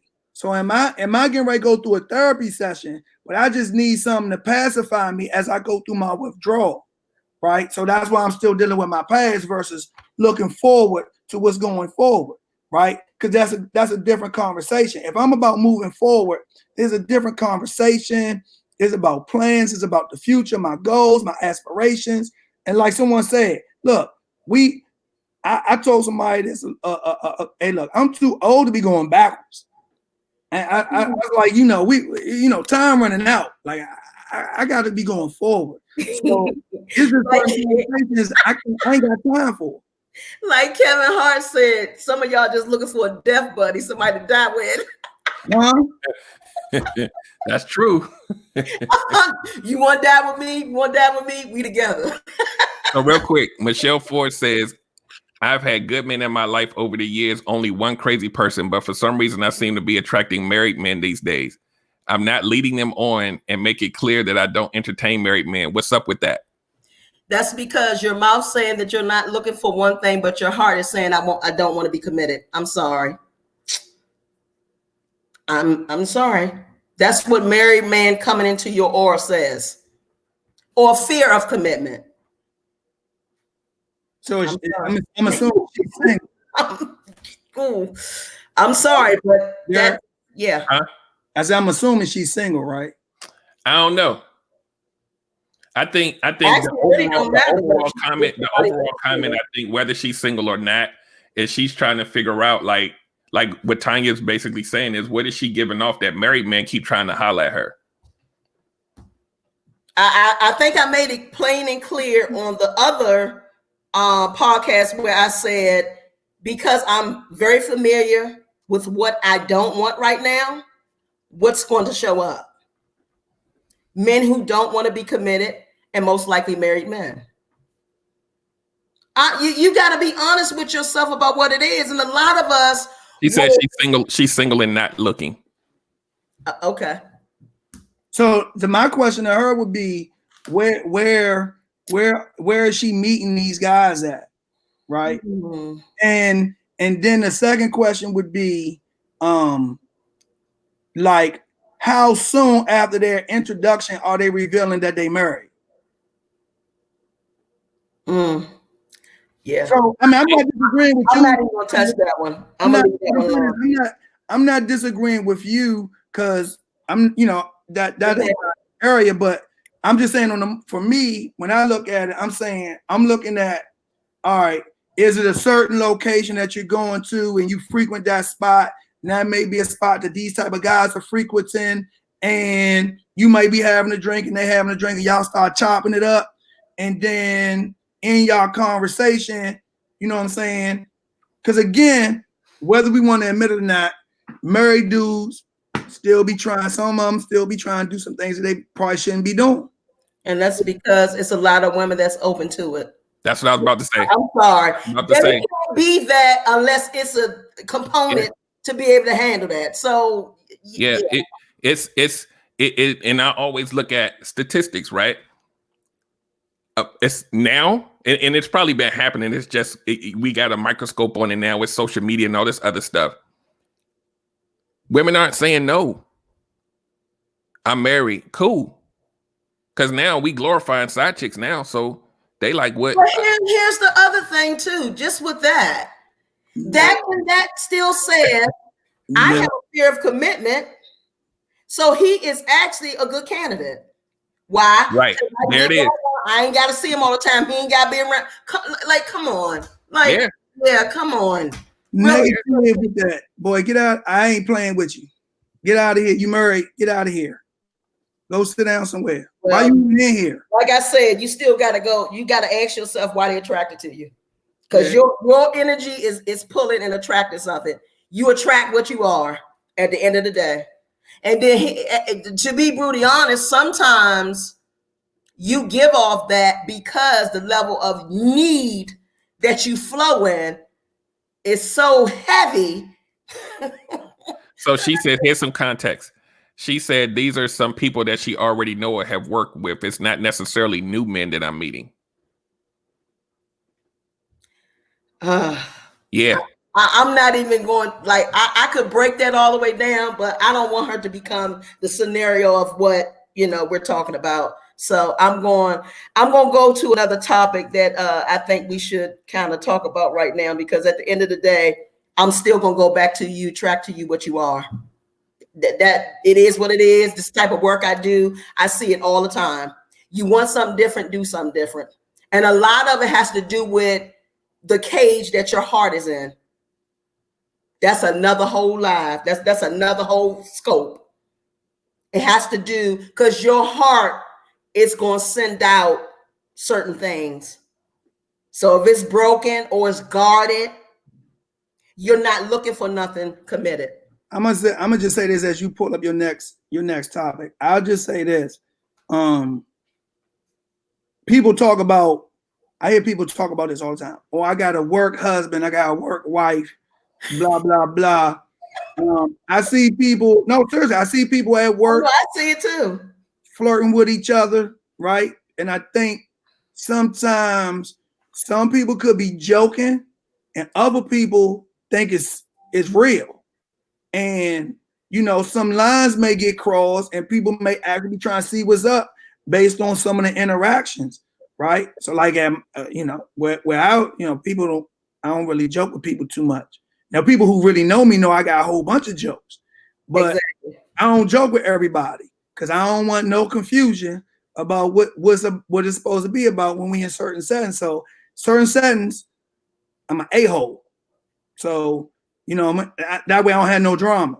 So, I mean, that would be that's going back to what we said earlier. That might be a boundary issue where maybe, you know, the work stays at work and your social is social and it's separate, and you're not having social settings with people that you work with, so those things don't get misconstrued. Exactly. Yeah. Or make it clear, and don't kiki when you're making it clear. Because, you know, some of us say yes and no at the same time, in the same sentence, the same breath. And you know good and well that, you know, you're saying no, but you like the attention that they're giving. So part of you is really liking it. But anyway, so this I want to talk about attachment, guys. How do you know that you are mentally, emotionally, spiritually detached from the last person you were involved with? That's a darn good question. Ooh, let's work it out. Let's work it out. You said, how do you know when you are detached mentally, emotionally, and spiritually from the last person that you were involved with? Because you know, if you still emotionally and spiritually attached, you going to somebody else, you not single. And that next person really don't even get a fair chance because you still locked in. So how do you know? There's a statement that we say all the time, and I'll say it after I hear y'all say what y'all say. I can speak for me. I think when you in a relationship with somebody, that for me, I need time to process the relationship. I think it's a season where I don't really like messing with someone right after I broke up with somebody, because like you said, you gotta get that out your system, right? And then I gotta go through a process of figuring out, you know, what went wrong? Why did it end? What's my part? What do I need to do to grow? I think when you know that you really have detached is when you can be in their presence and not feel anxious, angry, hurt, bothered, and you're generally happy to see them be whoever they are and what they want to do without any feelings one way or the other. Like, and it's just like, hey, it's good to see you, and oh, you got this going on, that's great. And for me, that's a sign for me that, you know, that I'm fully detached from them. That if I see them with another man, who the hell is that? Oh, is that who you dealing with now? So if I'm still doing that, then I know I still got feelings. But if I see them and they with somebody, hey, that's great, I'm happy for y'all, and it don't bother me, I'm done. Yeah. For me, I base whether I'm not still attached to them, and a lot of what Jermaine just said. But for me, like the more evolved version of me, if I had to do it today, and even in the past, it's based on who I choose next. Why am I choosing this person next? Is it because I'm running from what I went through before and I still feel that and I don't want to feel like that? So I'm choosing the next person. Like in my history, I would choose the person not because they were the best thing for me, but because they just weren't the other person. So I'm dating the new person based on what I went through with the last one. So there's still an attachment there to a certain extent. And so for me, when I know that I've totally detached is when I'm making a decision and it has nothing to do with that last person or the last 2 or 3 people or what. I had a long stint where I was making choices based on prior traumas and prior pain, and you never release it. When you never release it, you make decisions and they end up being dysfunctional. It becomes a pattern. So when you know that you are self-aware and you've healed and you making a decision based on you and not the whole host of experiences, like you learn from your experience, you hold that. But when you're making these knee-jerk decisions based off of trauma, that's how I know I still got an attachment. So one of my Zeta sisters said, when you can see them in public and you can give them a hug and mean it, she was like, that's how she knows for her that is over. You know what I'm saying? So you know what? Both of y'all, both of y'all comments was on point. Now for women, they're in our system. You know why? We're receivers. We receive y'all. So, and this, you know, I really hate to see this because it really says a lot about the person who's already moved on and married to somebody else. When you are still somewhere sitting talking trash about your ex, you ain't over them. You ain't over her. I don't care if you just had the $20,000 wedding and you with somebody else. You not over them. And the sad part about this, you already cheating. Why? Because emotionally and spiritually, you still with the ex. And you over here trying to get with this new man. Y'all honeymoon, y'all having a threesome. I'm just saying. Y'all having a threesome. Why? Because his energy is still in your womb. And some women, like, you ain't even got all your exes out talking about you want to be married. Where he gonna fit? Where he gonna fit? There's no room for him. So you gotta pay attention to, okay, what you need to be saying is, what did this relationship with this man teach me? What did it teach me? And if you can genuinely see him and say whatever, or don't feel no way, then you're maturing. You're in a healthy state with that particular person. But if you still somewhere and you in your late 40s, and every time you turn around, you got something bad to say about your baby daddy, first of all, you got to look in the mirror because you don't want to have the children by him. So what does that make you? I'm just saying, you chose them. So really detaching, or really saying, okay, so am I ready to date? What am I bringing to this person? Am I going to be a headache? Is this person going to have to take Tylenol if they deal with me? Are they going to go to the bottle if they deal with me? See, we don't sit back and ask, what am I enhancing their life, or am I going to become a burden? What am I doing? Because if I'm not enhancing him, leave him alone and let him be with somebody healthy. Just leave him alone, or vice versa. We're not asking ourselves, okay, so I'm getting ready to enter in this, and when you get with him, you cutting your ex down like some diced carrots. Who wants to be with somebody like that? I'm questioning the new person. Because if they chopping him up in front of you like that, what's going to happen when y'all don't work out? You going to be next? So to be honest, women, we have them in our system. It's called a soul tie.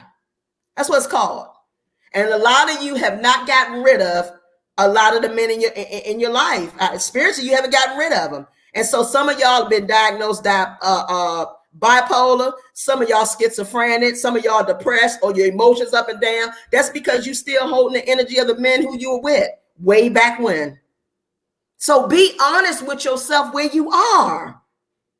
And then you want to point the finger at him. No, he competing with all them souls in you. That's another whole lie. That's another whole lie. So the thing is, if you go a little deep for a second, I think, you know, it's hard. I can speak for myself. It was hard for a long time to be vulnerable. When you have competing motives, competing thoughts inside your own mind and your own heart, yes, it's hard to relate. And I think being able to assess yourself, doing that work, puts you in position to really move past your last relationship. But I think, again, like we was talking about earlier with listening, I think it's an introspection. It's a thing that a lot of people don't do. Like I've seen some people talking about blaming, right? When we blame, right, then that you're not accepting responsibility for your part. Exactly. Right? I think, no one is completely right and no one is completely wrong. We all got to own our part. Yes. And that's again the sign of maturity when you could tell somebody, well, here's the mistakes I made in my last relationship, and here's what I'm working on. Exactly. Here's what I'm working on to get better because these things aren't healthy. And here's what I've done, blah, blah, blah, to make these. Here's the books I read. I went to counseling for this, da da da da da. Yes. But I want to be a better person. Yes. It being about your ex. It's really like when I got divorced, I was that person that you talked about. I was angry. I had a lot of things to say that wasn't nice. And as we were apart and I started seeing myself, I realized that it really wasn't her. I had issues. Ooh. I had to deal with some stuff. And when I started taking ownership of me, then I was able to grow and get past some things, right? But sometimes when you're in hurt, you don't have a clear perspective because the hurt blinds you to what's really going on. Yes. And you see everything as malicious. Yes. So you can't step back because you want that other person. What they say, hurt people. I want you to feel the pain that I believe that you caused me. Yes. Whether that's real or not. Victim. And then now I'm a victim to my own thoughts. Yeah. And everybody wants to be the hero in their story. Right. Everybody will be the hero. Every time you tell a story, and I've been guilty of this. I think we all have to a certain extent. When somebody asks you, so what happened in your last relationship? You always paint the picture like you the hero, and all this stuff was done to me, and I'm glad I got out of it. And it's like, no, but what you do? Exactly. What's really funny. I was working with one of my clients earlier today, and she's in the RAM in her healing journey where she's been dating a person for about 30 days now. And they talked about, their exes. And the gentleman said, she asked, well, y'all were married 22 plus years, why did y'all divorce? And his response was, because I cheated. And she said, oh, there was no red flags that went up or anything. But then he said, so now you don't want to talk to me or deal with me no more because I just told you that. That's when a red flag went up. What that told her, based on our journey of her working with me, you know what that told her? He has abandonment issues. And then what started happening is he started becoming possessive, and they only been dating for 30 days. You see how the red flag went up? It didn't go up when he said he cheated. It went up because he now said, okay, so I told her the truth, but I'm sure she's gonna judge me. So now you don't want to deal with me. So why are you asking that question? So yeah, truth be told, they're not dating no more. Because at the end of the day, she already saw the signs of him being possessive ahead of time. And Ryan just said the key word, insecurity. Ooh. Because so let's be real. He cheated.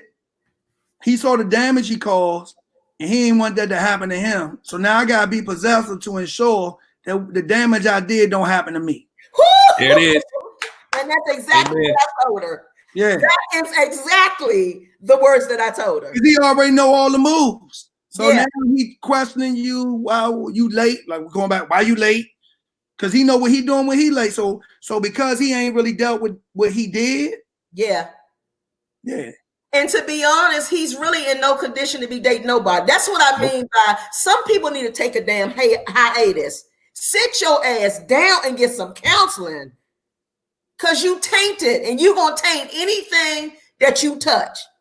I'm sorry. You're going to taint anything that you touch. And this is the thing that we learn over time. This guy, was it 30 days, however long it was, however long this situation was, if let's say it went out longer. Now what you've done, when that relationship does eventually end, is that woman turned it to something else. Now she has to go about her life with that damage, and all of it started from that initial, I cheated and how he felt, and then he became possessive, and then now she got used to that, and now she becomes a person that's living in a dysfunctional situation that she got to get used to. They separate. Now she got to go heal. Exactly. So it's like a virus, right? It's like a virus. And when she goes into her next situation, if she's not healed, it all connects. She was able to say, you know what, I had a nice time with you, it's basically over. I mean, it wasn't nothing to be over. It was only 30 days. But at the end of the day, she was healthy because she has boundaries, with herself. She was able to say, it's not even so much Tanya that he told me he cheated. It was the response that he had after he told me, which means that he dealing with abandonment. That's a very intelligent assessment. And look, eventually, if she stayed in it, because she was dysfunctional, thank God she's my client, and she's not. I could even see that going into a domestic violence spinoff. I could see it going to that. Because see, one person already divorced him, and he don't want to feel that again, so he gonna do everything in his power to keep her attached. Wow. Yep. And there was a movie. There's this movie called the letter N-Secure. You ever seen that movie, Insecure? What is this? Anyway, the guy was in a relationship, and he was very controlling, like military guy, precision. He wanted to make sure he controlled everything. He caught his wife kissing her best friend's husband or whatever, and they broke up. The next woman, he wanted to make sure that never happened. So he was tracking everything. And he was like, oh, where you going? What you doing? Who's that? She's like, that's my brother. He was like, are you sure that's your brother? And it was just, it was a downward spiral. And, then he started abusing her and grabbing her by the neck and all this other kind of stuff. And I was just like, wow. Seriously? That pattern, when that healing, when you go unchecked, you never know. Like, and a lot of times these people don't even realize what they're capable of. They know the pain is there. Yes. But it's sad to see it play out. And a lot of times the signs are there early. So I want to switch it up because I want to know this from you guys. I don't know if you've experienced this, but I want to know this. Why does some cray-cray women speaks to some men that's a sign of love? And for the woman who's not cray-cray, she don't love me that much. Oh, so why is it that the woman who's putting the sugar in your tank, she going to find a girl, beating her up, or trying to become the Inspector Gadget? Like, why does that say to you that's love? And the one that says, no, I'm just going to pack and leave, she didn't love you that much. That's similar to what Jermaine was talking about in the beginning about the anger and like how a lot of times we're used to the behavior and we're almost numb to it. Like we know a lot of people that'll say, I like a crazy woman. You do? Like, but that's it's a turn on for some people. She might slash my tires, and it be true. And it's like, why are you dealing with her? Sign of dysfunction and why is that a sign? Oh, she just cares for me a lot. What? So it's kind of like the last scenario, right? With the possession, right? When you said he was being possessive, right? A lot of people in relationships, when they when I would say immature. They believe they own the other. Oh, we got Ryan here. Yeah, I found a way to send the link to. Okay, cool. I'm gonna add him in, but you finish your point, then we'll let him talk. Ryan's, yeah, but it's ownership. So it becomes this thing where you think you own the person. Ooh. Right? And then it becomes this thing of now, because I own you, I get to tell you what to do. And when you're not playing your part in my narrative, I got to show you. And so now I'm going to be your parent. So I'm going to do to you what my parent did to me. Right? So I got to beat you. I got to spank you. I got to correct you so you can get back and play your part in my story. That's the ownership piece, because I own you. You mine. You belong to me. And that kind of ties into that other podcast you had, Derek, earlier today, which when it goes to the dark side, it becomes abuse, right? But a lot of people think that they own their mate. Yeah, I'd be locked up. I know, and I'm going to jail. Hey, Ryan. Hey, Ryan. Welcome. It's conditioned. They have seen that type of behavior in their past, and they have been conditioned to understand that that behavior is okay. So because they were conditioned to believe that behavior is okay, and because that's what they've seen, they mimic and emulate what they've seen. And it becomes a vicious cycle. It continues. It continues. But it's a lot of dudes that like crazy women. And it's like if you, television. Huh? It's a conditioning of the television.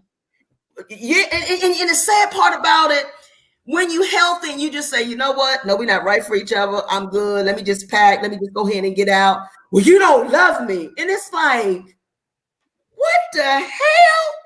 But if I go and blow your car out and throw all your clothes outside, now, oh yeah, she love me. She tripping again.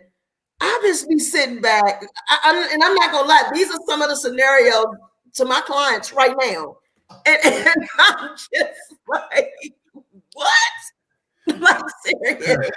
But if she's calm and if she's talking, you know, from this healthy standpoint, it's, oh, you don't care. You don't care nothing about me. Your actions tell me you don't care. But when I go in the kitchen and get a frying pan, hit you upside the head, you like, I knew you loved me. Really? But man, if that's how love was shown to you as a child, you think that that's what love is. Oh, geez. You see what I'm saying? So getting popped upside the head, yelled, screamed, cussed. So again, back to your childhood, if that's all you saw, and then I used to get spanked. My mom at the end, she'd be like, well, you know, I did that because I love you. Yeah. Like, I don't want that type of love. And that's exactly what I wanted you to say. That's exactly what I wanted you to bring up. I was just waiting for it. I was looking at my notes. That's where it comes from. I mean, and Lord forbid if the man did not grow up with a mother and grandma raised him.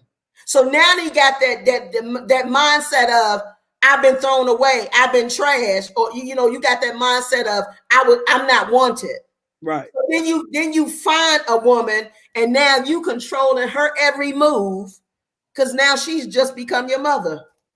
So one comment from Michelle Ford, she said, my ex-husband used to talk trash about his friends' wives and girlfriends because they would call every 5 minutes asking a bunch of crazy questions, but then tried to tell me that I didn't care about him because I didn't do the very thing he complained about the friends' wives or girlfriends doing. We sick. That's why I guess that's why you ain't with him no more, right? Exit stage left. Gotta go. But you're right. You're absolutely right. And that's just so sad. Because that's so not healthy. That's so, nope. But the funny thing is, he ain't even know what he was saying. He was saying it, and then his actions ain't even lining up with it. And she caught on to it. That's why she's able to see that now, right? So in the midst, he's saying one thing, and then he contradicting himself in the same sentence. That's a sign. Yeah, because for real, his boys is laughing and saying, "Oh, your girl don't really dig. She don't really mess with you like that." And the reason why she don't mess with you like that because she ain't acting crazy like my wife, and that's sick. That's really sick. Mm-hmm. So all them dysfunction, her matter of fact, she should be celebrating. She should do some shots. They was having a dysfunctional family reunion. Away. At the end of the day. But no, seriously, honestly, that right there, I've seen women become investigators. I'm just like, you doing all this for, and not even getting compensated afterwards. You doing all this to prove to yourself what your gut already told you. Mm-hmm. Yep. No, we okay. So, that was a good one. We might got time for one more. So Derek and Jermaine, can y'all give us some scenarios signs that women can look at from the jump when a man is insecure? What does that look like? Sometimes it looks like I'm trying to go down the list. Let me think. I actually just had a conversation about at least one thing because now we're in the text message era now, right? Yeah. And a lot of times, sometimes and women do it too, right? But men sometimes when it's early and you just kind of like getting to know them and they really like go crazy over the fact that you're not texting them back and you're not available right now. And it's like, I'm not with you. And it's like, why you didn't text me back? Didn't you see that I text you? Hold on, man. What that pattern? What one? It doesn't get any better. That's possessive behavior. And you haven't even really done anything but not return a text. And it's only been like 60 minutes. Like, what are you doing? But see, I'm glad you said that because in some needy women, like you were talking about the lenses that they're seeing out of, they would see that, girl, he's sweating me. Yep. But even on the flip side of that, it's the always putting the phone away, making sure you don't see the phone, being extra secretive. That should be a red flag as well. And you know what I hate now? This I wouldn't say this generation. I sound like I'm 90. But you know what I hate is where people like, he left me on read. I'm like, what? They get a little thing to say when the person read the text and they clock in the time. He left me on read. It's been 2 hours and I'm left on read. I'm like, what? Left on what? And it's like that. Like So I'm gonna respond this way because I think different people have different insecurities. Okay. So I like what Derek said. I like what Ryan said. I would say it this way: when you insecure, you're always trying to be secure. Whoa! So what happens is the quotable of the day. No. That's a Facebook post. I will be posting that, and I'm gonna put your name at the bottom. Hashtag. No, I'm serious because the thing is, you're trying to get to know a person. So it's things about the person you just don't know because you just met them, right? But because of their insecurity, things will come out in conversations that will seem odd because it seems out of place, if that makes sense, right? So like the text message thing, you get angry about things that just don't make sense. You get snappy, you get possessive. So I think, like we said before, a lot of people, when they initially get into relationships, they want to rush. And in that rushing, they want, and I think Shannon said this earlier, or Derek said it earlier about, I want the access without the title. Yep. Right? So why you ain't text me back? Well, I mean, that's really like a husband-wife question. Right? Yes. But we just starting to see each other, but you clocking me, you calling me, blowing my phone up, like, so those things will begin to reveal itself. And I think, again, when our parents told us when we were younger, what you rushing for, right? So we go together. Where y'all going, right? Like, so, I think that's Deron used to say that. Exactly. Right. So the thing is that an insecure person will always look to be secure, even at your expense. Yeah. Yeah, Okay. that's true. Okay. So, that right there was that was really a good one. And the thing, just real quick, these little things we talking about now that start early, you know that don't feel good. Yes. You know you don't like it. Yeah. But that desire and that need to have that warm body right there. I like the way them hugs feel. I'm gonna go ahead and stay. Stop. Himself. It doesn't get better. Here's some, and this will Ryan and Tanya. Let me ask y'all this. Should a female, when they first meet a dude, should they stop talking to any of their other friends just because they found somebody they interested in? No. Hell fucking no. Don't ever try to make me talking to individuals that are in my life because it makes you feel insecure. If that is the case, we need to get to the bottom of why you're insecure about me talking to somebody else. Now, if you notice there's an inappropriate type of relationship, and we have already discussed that we are at the point where we are going to merge ourselves into trying to become one and seeing where this goes, and you don't feel like that kind of conversation that I'm having with that person is appropriate, we can discuss that, and I will curve myself to make sure that you feel secure in the relationship if we are secure like that. But if I mean, like y'all first start dating. Some people we be trying to make people be exclusive, but maybe they ain't exclusive. How exclusive? Meaning some dudes be like, I only want you talking to me, but I ain't never really commit to you, but I might still be talking to 3 or 4 people. So that is when I'm gonna start with the phone insecurity, and you might not ever see my phone again.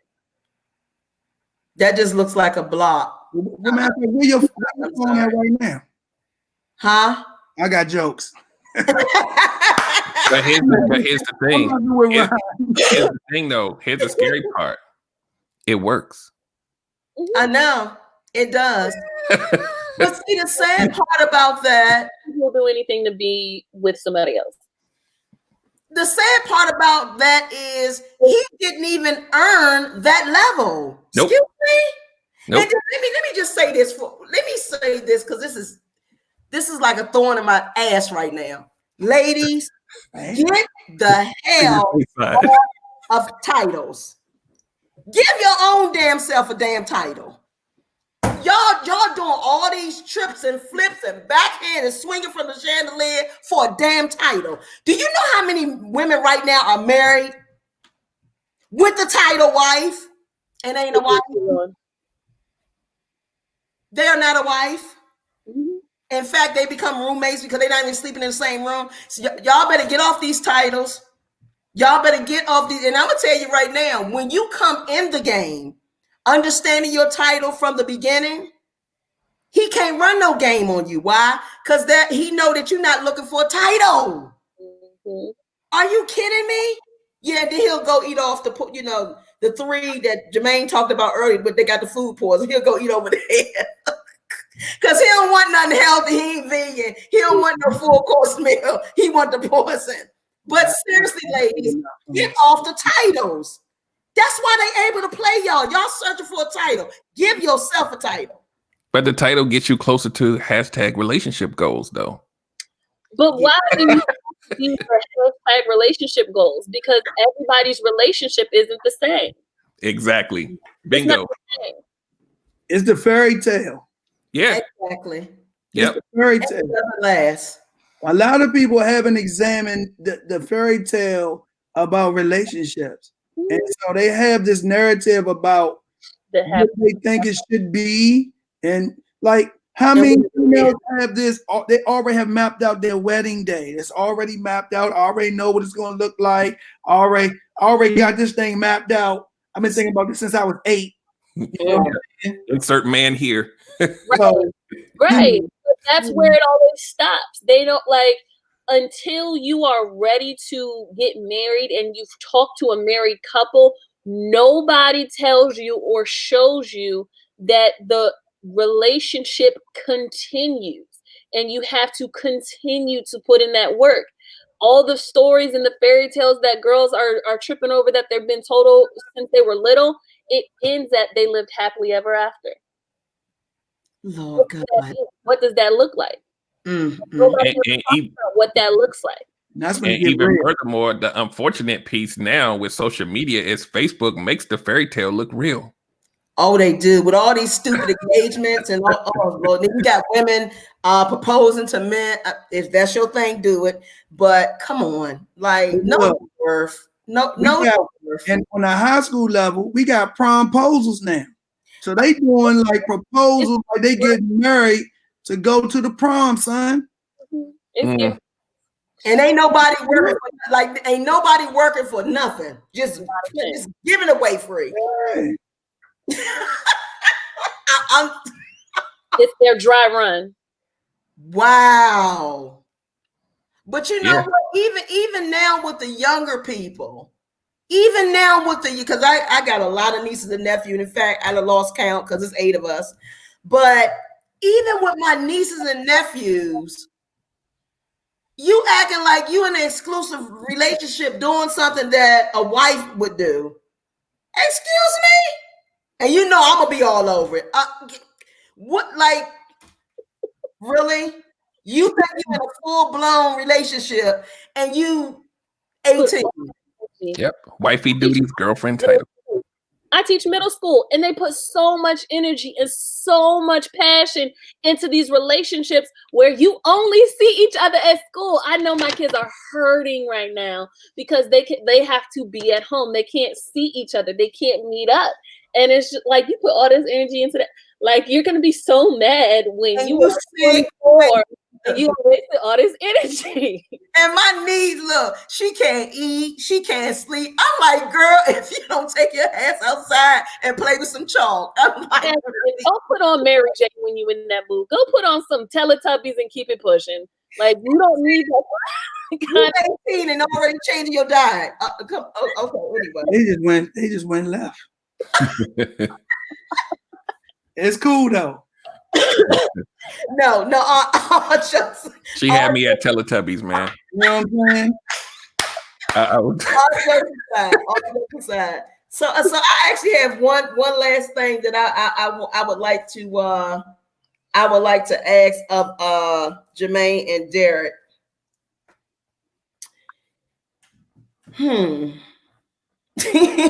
I'm scared of this one. Come on now, y'all done good. Tanya don't be holding her breath for nothing.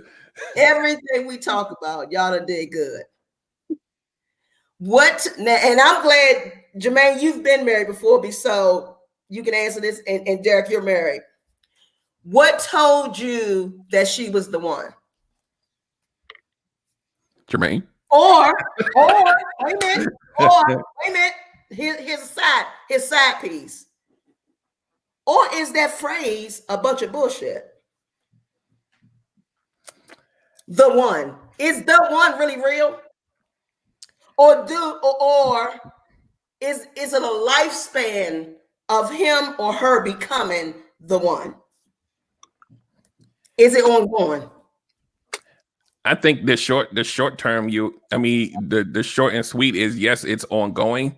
But I think for me, the one comes with me being self-aware of who I am to be able to recognize the person that fits with me, right?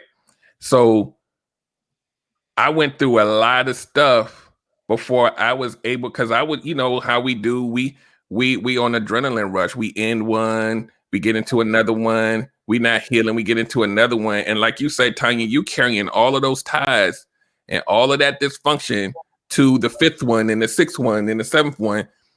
When you actually get a chance to sit still and heal and understand who you are and what you want, when that person comes across your path, you like, that fits, because you leave the space for it. You don't have to chase it. You don't necessarily have to be like, oh, let me figure out who's the one. When that person cross your path and you make those intentions known, the intentions, keyword, and it fits, then you start on that path. But let me nobody can know what the future is. let me ask you a question about what you just said. Yes, ma'am. Fit. Does that mean that fit in who Derek is becoming? That means for me that it fit for the time that I met her. And my hope is that she'll rock with me long enough to so that we can grow together and mold ongoing. Like she has the potential to be the one to grow with me, because we're not going to stay this. There's no human being that stays the same all the time. Okay. But if I can pick someone to start the journey with, she fit that. Now down the road, somebody could turn out to be, as you know, whatever. But at least I started with a clear, logical mind instead of trauma mind. Exactly. All right. Yeah, okay. I'm over here mumbling. I'm like, she's gonna end with a deep old question like this. I'm just gonna have me exposing myself. Come on with it. So I'm gonna say yes and no to the original question. So one, I'm gonna say, I wasn't mature enough to sustain my marriage. That's why I ended. Okay. So she was the one, but I wasn't mature enough to put the work in to make it work. Ooh. And I quit. If I'm being straight up honest, because I wasn't mature enough at the time, right? The other reason why I say, when you say the one, I think it's many ones. Exactly. So I think, like, there are many people in my life that I encountered, I've been in relationships with. Any of them could have been the one, right? Mm-hmm. Sometimes, and we talk about, if we get spiritual for a second, says don't be unequally yoked. Mm-hmm. I think it was sometimes they were more mature than me. I may have been more mature than them. I may have been in a place in life they wasn't at that place, so it wasn't a good fit. Exactly. So it didn't work, right? Exactly. I think that's going back to what Derek said. I think the part about what Ryan said about marriage is that marriage is not the day, right? Yep. It's not the day you get married. Yep. That's the beginning of the journey. Yep. And then you have to constantly course correct along the journey. So we think on day one, we know what the destination is, but as we grow, and sometimes one gonna be more mature, and you ride with the person while they down here, and then sometimes over years it's gonna go like this. And when you're talking about ebbs and flows of relationships, most people break up when they get to this cycle. I don't feel like I know you. You feel like you're so different. But we wanted to always be like this, like I know you. And that's why I say it's a yes and no, right? Mm-hmm. When you're committed, you're committed. And you're gonna do everything within your power to make it work until you quit. Exactly. Now, if both people, what they say, can two walk together unless they agree? Exactly. Try and put the work in, it's not gonna work. Exactly. Right? But if both people are trying to put the work in, it's gonna work because y'all gonna make it work. Exactly. You know what I'm saying? Firm believer. Y'all answered that really, really well. And you know, just to, just real quick, for me, like the grown-up version of me, what I realized is, because I said this before, and I can't even remember how long ago, but what I learned and what we all know, like we always talk about, we may not have had the tools to make it work or to know how to communicate effectively. And I used to laugh at like premarital counseling and coaching and stuff like that, because I'm like, I'm grown. We'll figure this out. Exactly. But what you realize is that you don't have the tools, and you end up going through a lot of stuff that if you had some kind of way to kind of come back to the center so that you can listen to each other and do all of that kind of stuff, you will have so much more fruit come out of that relationship. Mm-hmm. And it's hindsight talking, because, you know, why don't y'all go get marriage counseling? We good, man. We already in love. Like we didn't hit the goal. Exactly. No, we in love and we together. She got the ring on her finger. What counseling? What? And then you realize the love languages and all this other stuff that we don't even think about because we happy to just be in something. Okay.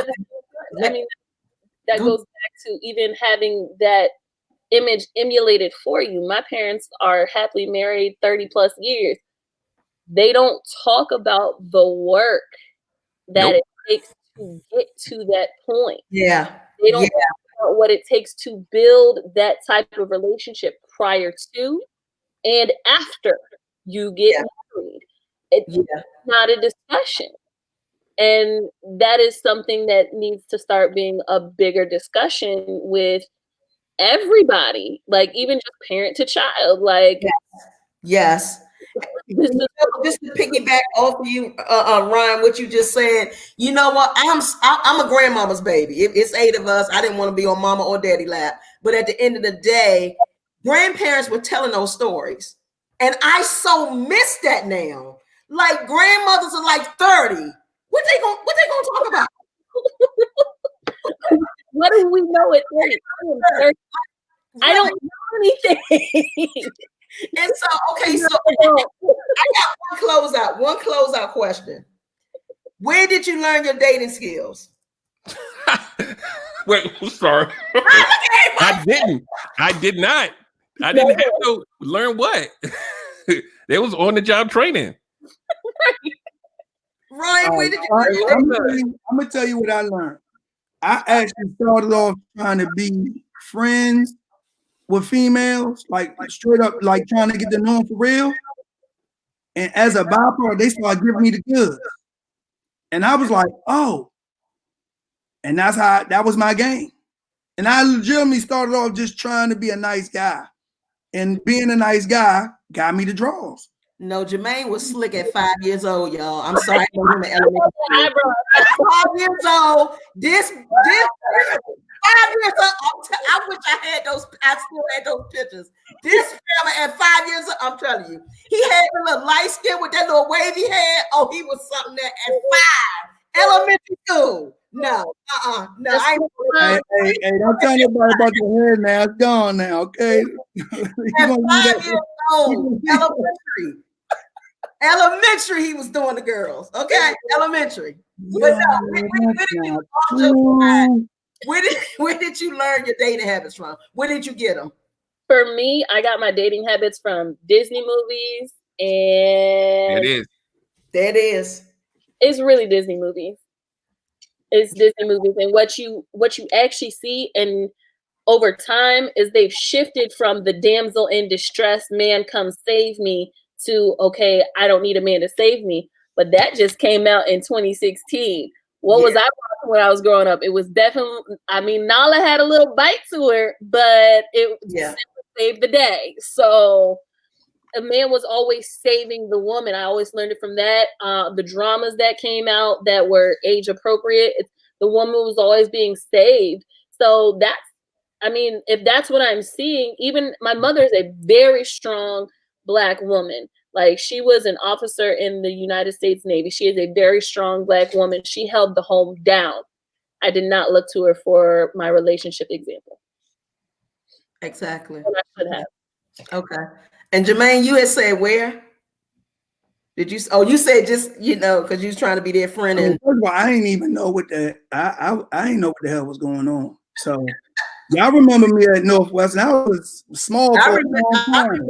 At Chillum Elementary. Look, my son going through it now, a little tiny self. So I was a late bloomer. So I was small, and then I got tall. I was tall and skinny. Now I finally filled out, but I thought he was malnutrition for a long time, y'all. I ain't gonna lie. I'm like, boy, you kind of just watch the people around you. You heard stories, trial and error. You know what I mean? So yeah. So, question: do y'all think that there should be a certain test that you actually have to go through to be paired up? I'm asking for a friend. A test that you would have to go through. So if you could actually go to this dating site and you take a test and you kind of qualify for 5 different people. I don't really like those questionnaire type of things as a means of compatibility. I think it's real surface, and I think that you can have somebody that match, and then you meet them, and then it's like, ugh. Right. Like it's the whole algorithm thing. trying to quantify love as a mathematical equation, I'm not down for that.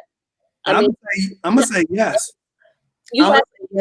Well, let me tell you why I say that. It's not actually being ran by what you just said. It's actually being ran by a human person. But anyway, I just wanted to know where y'all and what do y'all feel about when in those other countries where their dad picked their husband? What do y'all think about that? It's cultural. Like I don't. What you think about it? I'm from America, so I can't identify with it. I don't know. Okay, me personally, I feel like dad should do that. I mean, depends on what kind of daddy you got. Let me tell you why I feel that way. But because, and I'm talking about fathers who have some sense. I'm not talking about. Thank you. I'm not talking about the one that's absent. I'm not talking about he got 7 children with 19. I'm not talking about him. I'm talking about a man that can say, well, this gentleman is going to go above and beyond what I've already done. So he's a good fit for my daughter. That's what I'm talking about. But I made sure. Go ahead, Ryan. I'm sorry. Oh, no, it's okay. I made sure that my husband asked permission for that exact very reason. Because if he measures up to what my father's expectations are, then I know I have a good man. And honestly, my husband, when he asked my father's permission, we had gone out to dinner on a double date with my parents, which is extremely weird. I'm gonna still do it again. I know it is. I'm gonna do it again. I went to go grab the cake with my mom because we were at Cheesecake Factory. It was a 10-second conversation where my father told him yes, because my father knew what type of person that I had. Oh, I'm all about third-party verification. That's what we do, right? So parent up is good. Okay. Let me chime in real quick. Okay. So I'm gonna address both real quick. Question there, I think it's good, but the application may be wrong. Meaning, I think the spirit of the questionnaire is good. I think like whether you go to a dating site where they ask you a questionnaire, I think everybody should have a set of questions that they have prepared to ask a person that they first meet, so you can vet a person, right? So I think that's a practical thing, right? That you should do, right? I think the second part is like Ryan said. I think as a parent, I got 2 daughters, right, and a son, right. I think that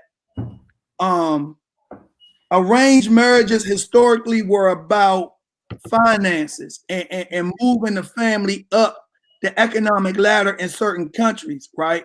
But I think in our culture, what you want to do is, to what Ryan said about her parents being married 30 years, I think what we are trying to do as parents is to get in touch with this relational jargon and be able to equip our children so they can make right choices. So I'm equipping my daughters to be, independent thinkers. And what happens is as they become adults, I'm their advisor. Their mom is their advisor. I'm not there to tell you what to do, because we put you on a path where you learn how to make right choices, right? But there's nothing wrong with seeking out wise counsel, to Derek's point. Like, I think it makes sense and it's respectable to ask, for someone's hand. I think that's a sign of respect. And I think, those who know you the best will see if it's a good fit or not, because you've been with them the longest. Yes. And that person on the outside, whether it's a parent, a friend, or whatever, don't have the emotional attachment. They're looking more with a logical brain. Like, wait, I know you. That's not that's not gonna work. And you have to be strong enough within yourself to say, you know what? Now that I think about it, yeah, they are right. But those emotions get in the way, and you're like, no, I love him. You don't understand. You don't understand our love. See, that's the problem with you. We got something special. And it's called dysfunction. Right. I'll do this about my parents. So I've been married before. they let me make that mistake.